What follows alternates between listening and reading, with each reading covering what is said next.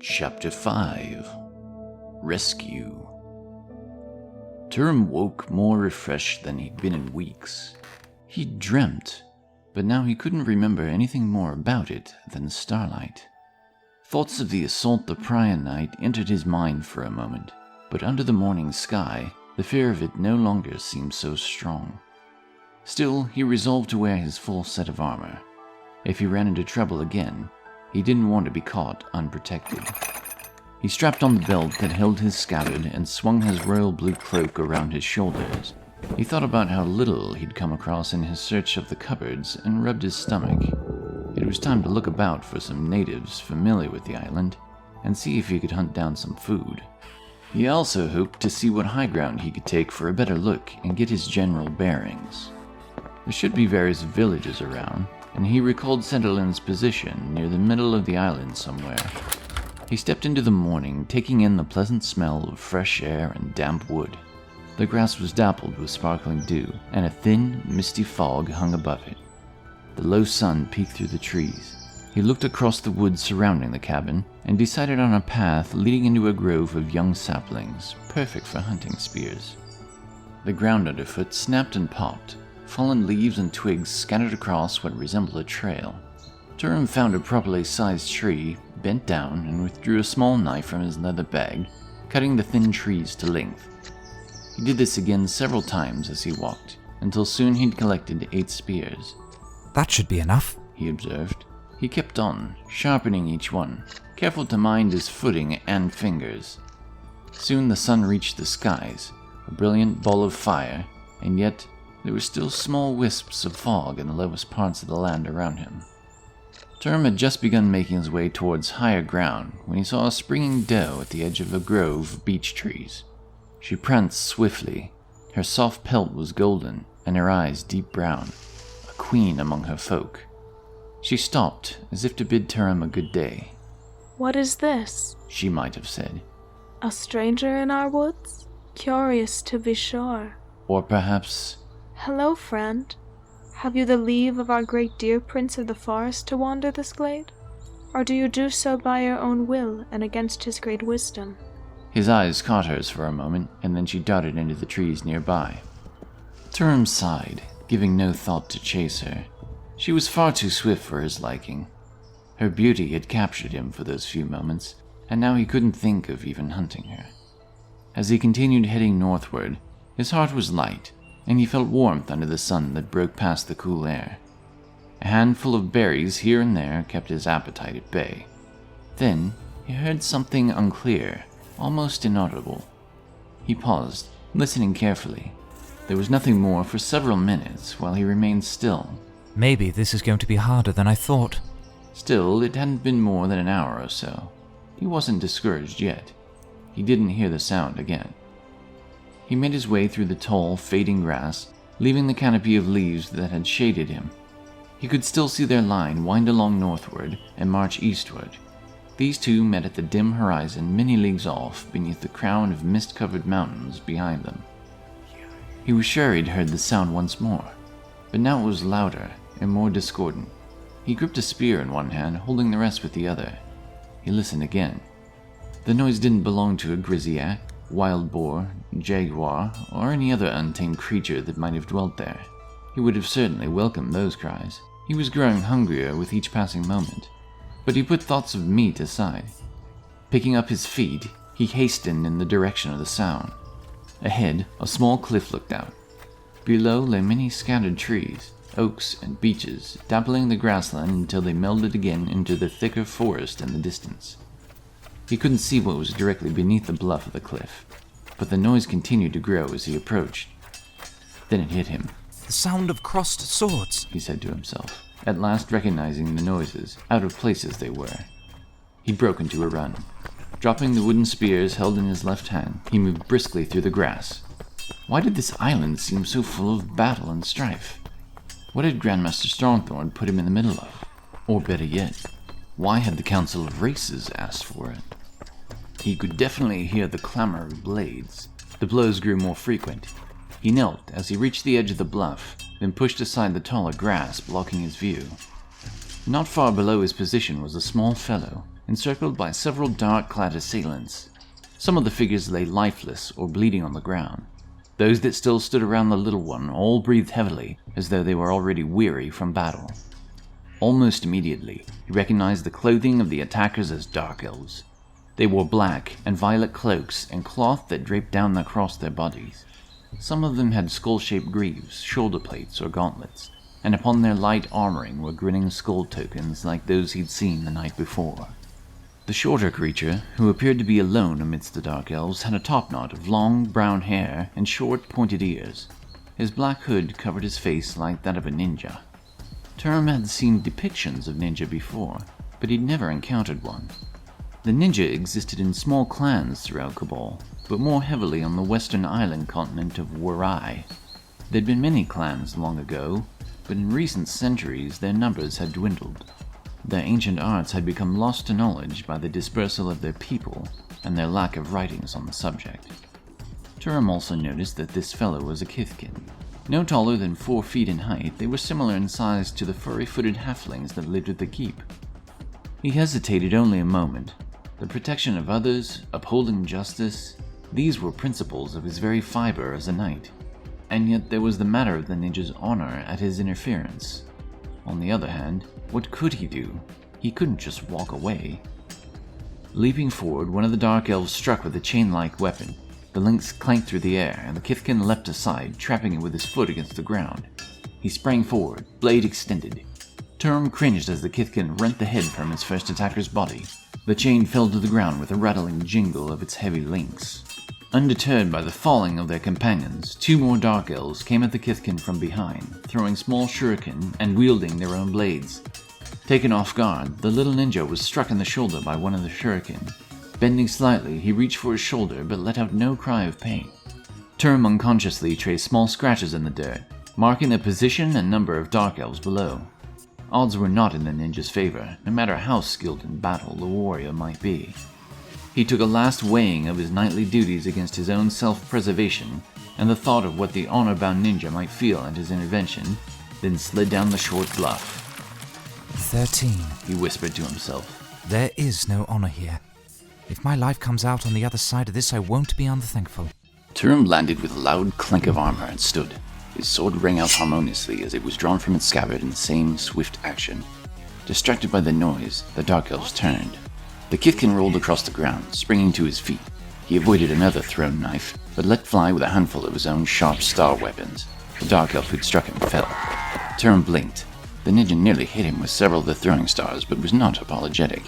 He couldn't focus on it long, though. Several pale ones were already rushing him. As the Kithkin caught sight of Turim, he grabbed his shoulder again.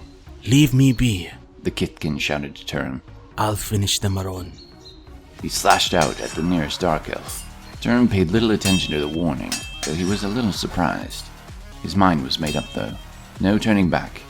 He lunged at the first dark elf to reach striking distance, but his sword was parried aside. He ducked, spinning around as the dark elven blade rang against the talons of his helm. It struck with such force that it was knocked from his head. Nevertheless, Turim's sword continued its course and cut deep, burying itself into one of the dark elven enemies, sending it slumping to the grass. The dark elves were now screaming to each other in their foul tongue. One pointed to Turim, and several more ran towards him. When the next dark elf approached, he spat at Turim, shouting in a voice cruel and filled with anger. Fakai! Turim cleaved the enraged dark elf's arm from his body, kicking him aside. He recognized the convoluted words.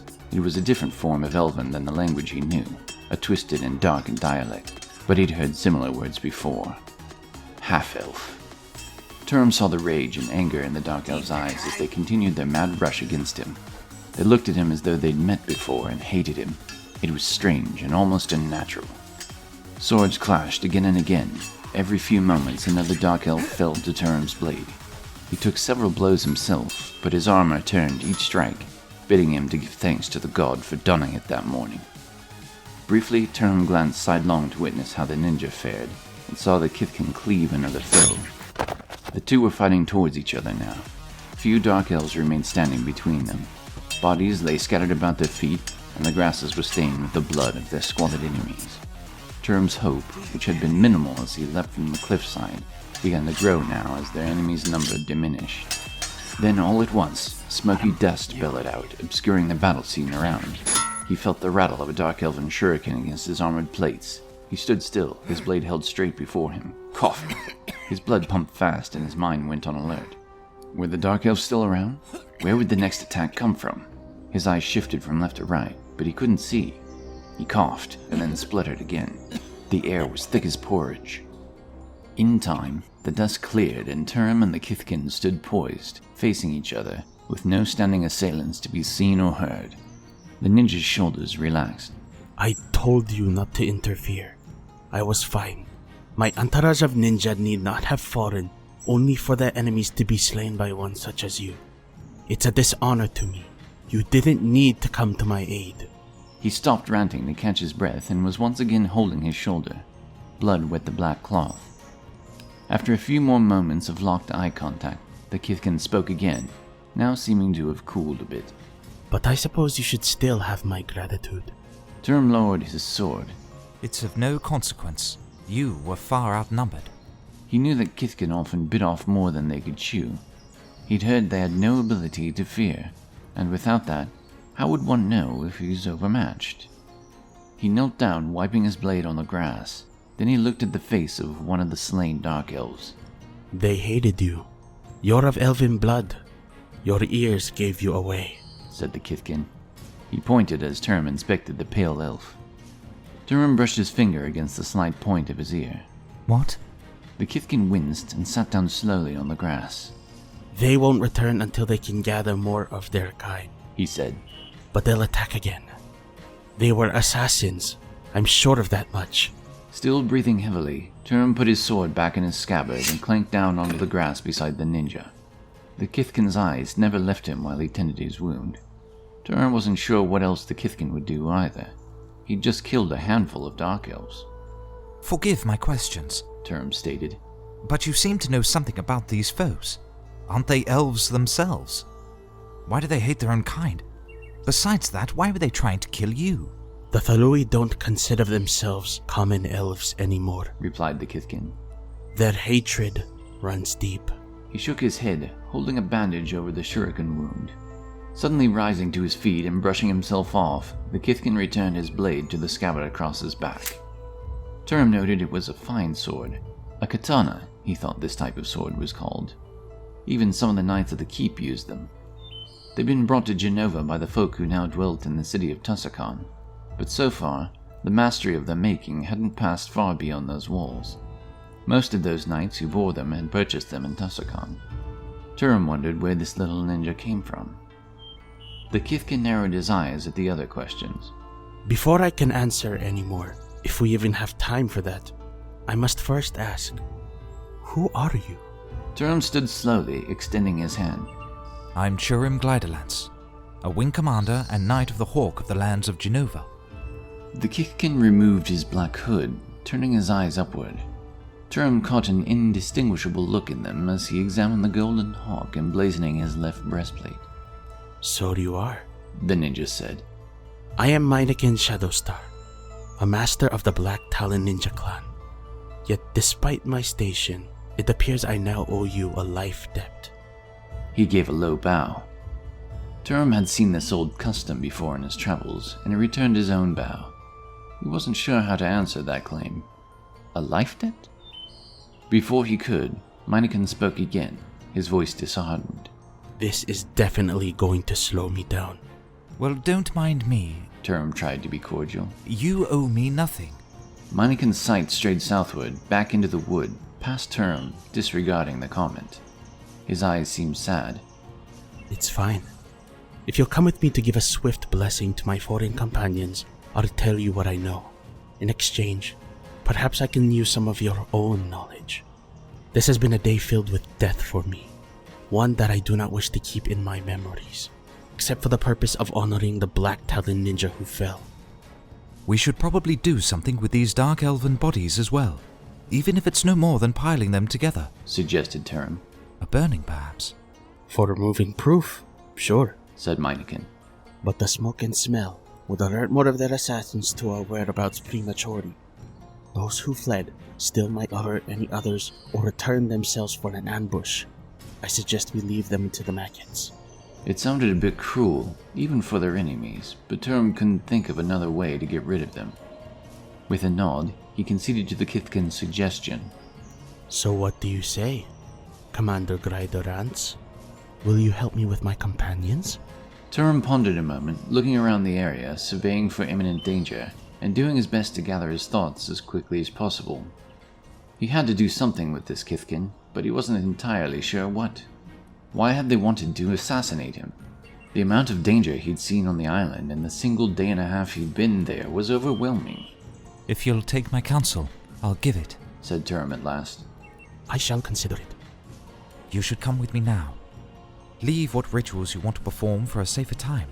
We were fortunate to turn the assassins aside, but it seems unlikely our luck will continue. Meineken shook his head in disagreement. I can't do that and feel any honor in my actions. I must go now, whether you come or not. Turim watched Meineken as he took several steps past him, heading southward. I advise that you don't, he called. No response came. Turim took one last look at one of the dark elven bodies. Even in death, their brows were twisted in anger, and their teeth clenched with hatred. So it seems that Sans tales were true, he thought to himself. The island is littered with them. Grabbing his helm from the ground, he turned with haste, following Meineken. Though his words went unhearkened, he wasn't going to abandon the lone ninja. Not yet, at any rate. If you were one of my own knights, I'd be ordering you away from here right now, said Turim. It's foolhardy to stay. But since you're not, I suppose I'd best stay with you to keep you safe. How far are your fallen from this spot? He asked, as they began moving faster with each step. Not far, said Meineken, keeping his eye forward. I am aware of our need for haste. My clan has had dealings with the Dark Elves before. They'll likely return soon. Faster now that I'm in the company of an elf. Think of that when you consider who is protecting whom. The sun had risen to high day's time, but now the thickness of the canopy kept its rays out. As they went, Meineken followed the tracks left behind. There were various faint, booted patterns, as well as smaller footprints in the moist earth. Meineken himself seemed to own the latter. Turim watched the wood around him carefully, remembering the speed with which the Dark Elves had attacked the night before. He also watched for traps. He wasn't going to allow himself to blunder into a pit again, and he could only imagine what else the Dark Elves could do with them. Probably fill them with spikes and wild beasts, he said privately. Meineken showed no signs of wariness or fear of approach. This would have been a comfort to Turim if the Kithkin had been capable of even a hint of panic in the first place. They jogged slowly now, remaining as quiet as possible, careful of the tracks they were leaving. At last, following Meineken down a short decline into a wide ditch, Turim saw a dark figure. He was clad like Meineken and lay on the forest floor, unmoving. It was clear he was dead. He lay face down with his blade beneath him. This was the last of my companions to fall.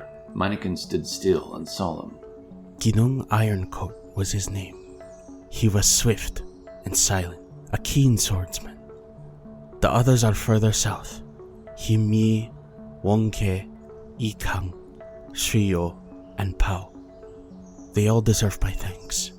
If they were alive, I would owe them all a life debt, for each exchanged his life for my own. I'm sorry. Turim lowered his gaze and felt a pang of his own guilt, and slight for these ninja, but also for losing Warren himself. It was hard to lose lives you feel responsible for. Thank you, Commander Gliderlance. But come now. Meineken knelt to grasp the feet of the body closest to them. Careful with the shoulders then, and help me roll him over if you could. Turim knelt and grabbed beneath the arms. He's a man. Yes. Meineken looked up at Turim. Do you find that odd? Well, he returned, now wondering why he'd even mentioned it. No, I suppose not. Then again, I wasn't aware of any ninja clans on this island either, especially Kithkin clans. That's because this is not our home, said Meineken, crossing the dead man's arms upon his chest. Then he placed the man's sword under them. Before Turim could ask him any more questions, Meineken closed his eyes within the dark hood.